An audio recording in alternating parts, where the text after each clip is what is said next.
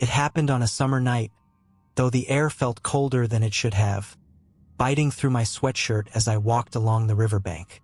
The moon was high, casting a pale silver glow over the water, but everything else was shrouded in darkness.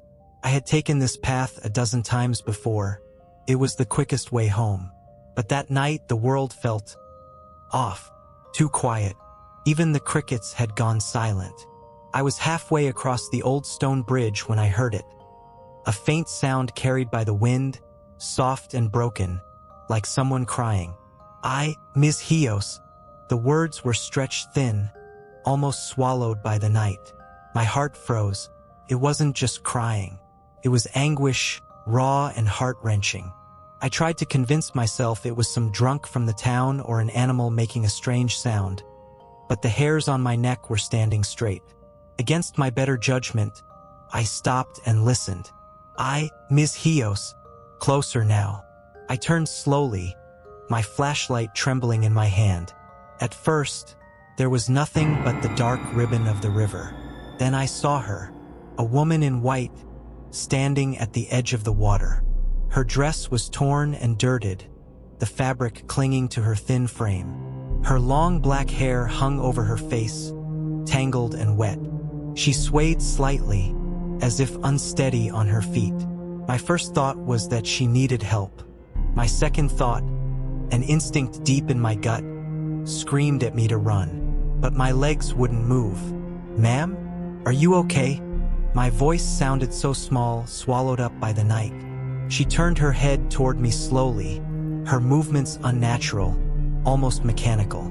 Through the curtain of her hair, I could see her face, pale, almost translucent in the moonlight. Her eyes were black pits, endless and empty, like they could swallow your soul if you looked too long. Then she spoke.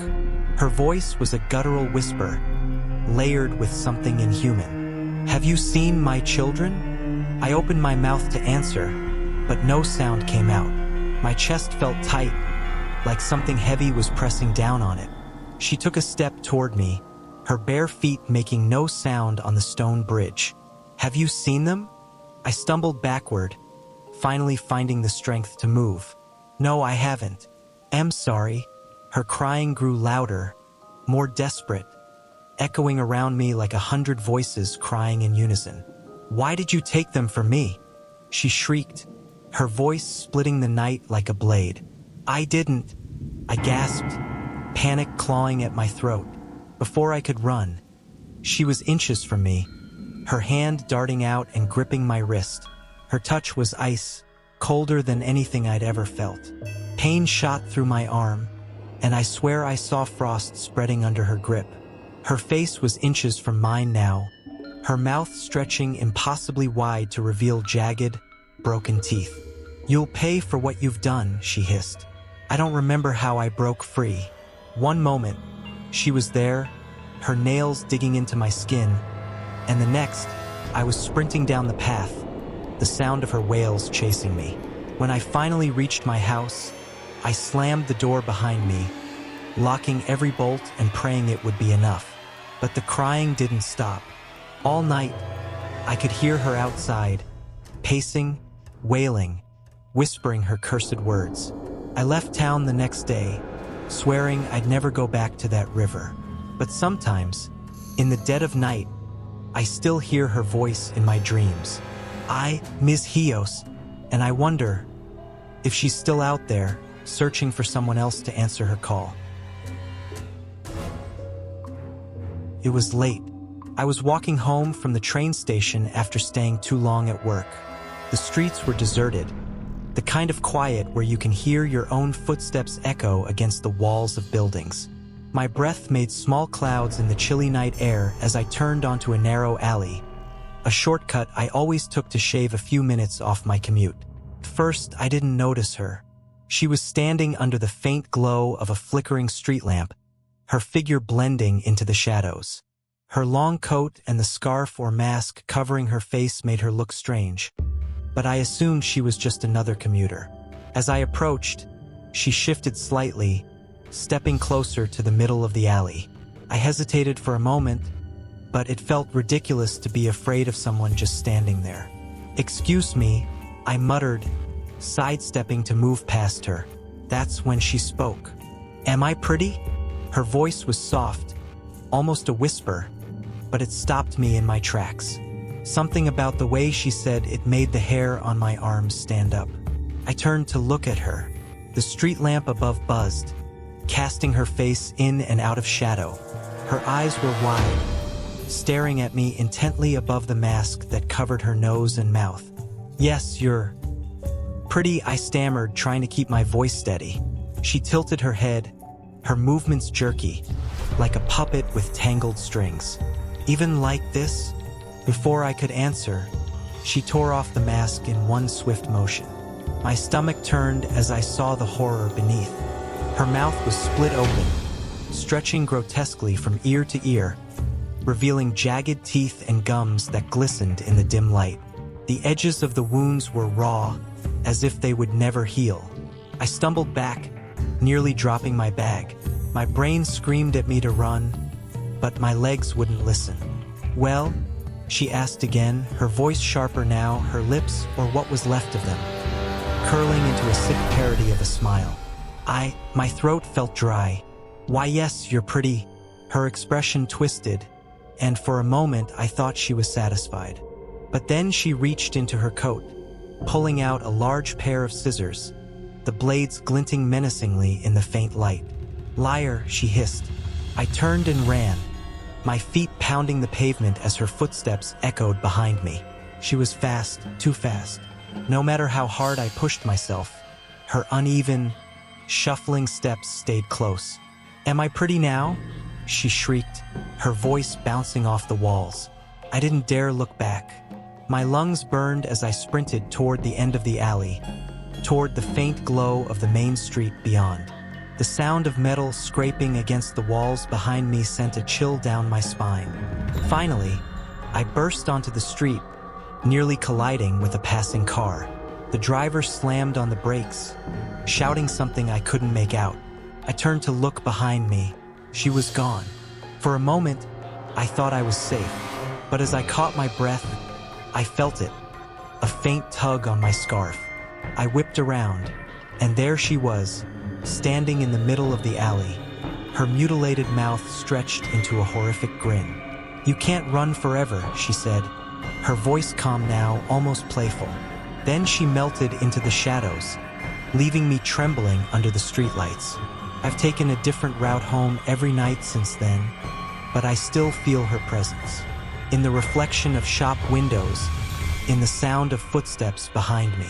She's waiting, watching, and someday, I know she'll ask me again, "Am I pretty?"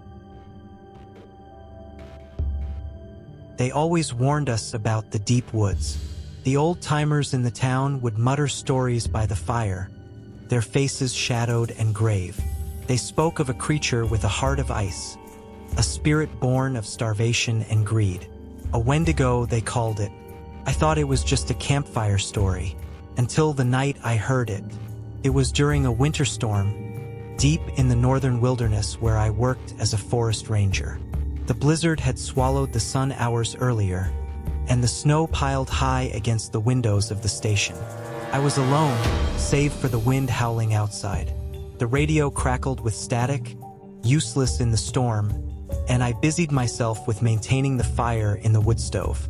Then, just as I was about to settle in for the night, I heard it, a low, mournful cry cutting through the storm. First, I thought it was the wind playing tricks on me, but the sound came again, louder this time, and unmistakably human. "Help! Please!" A voice, faint and strained, rising and falling with the wind. My stomach tightened. No one should have been out there in weather like this. Grabbing my coat and flashlight, I ventured out into the storm, the cold slicing through me like a blade. "Hello!" I shouted, my voice muffled by the snow. "Help me!" The voice was ahead, somewhere in the darkness. I pushed forward, my boots sinking into the deep drifts. The beam of my flashlight flickered against the swirling snow, illuminating nothing but white. "Where are you?" I called again. Then I saw it. A figure stood at the edge of the tree line, hunched and skeletal, its back to me. It was wrapped in tattered rags, its skin pale as death, stretched taut over bones that jutted out at sharp angles. The sight of it stopped me cold. "Are you okay?" I asked, my voice trembling. Slowly it turned. Its face was a nightmare. Sunken eyes that glowed faintly in the dark, lips pulled back to reveal broken, jagged teeth. Its mouth was too wide, splitting its gaunt face in a grotesque grin. And its smell, a rancid stench of decay and rot, hit me like a wave, making my stomach lurch. The creature took a step forward, its movements slow and deliberate, as though savoring the moment. "You're cold," it rasped, its voice impossibly deep and layered, like many voices speaking at once. I stumbled back, the flashlight shaking in my hand. "Stay back!"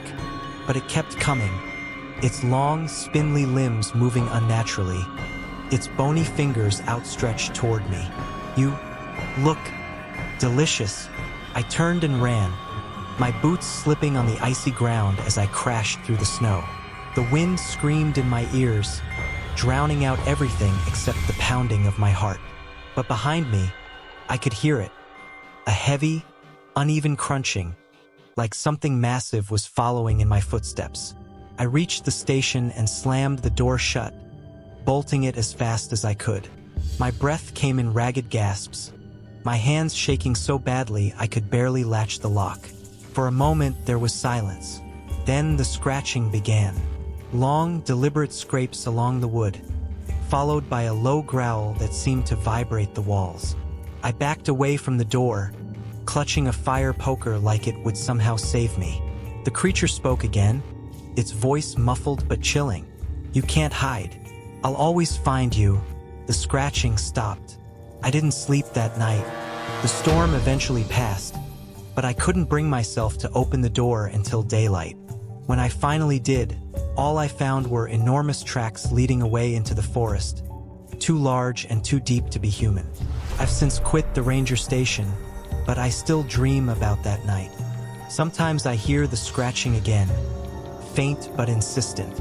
And sometimes, in those dreams, I hear it whisper, "You look delicious."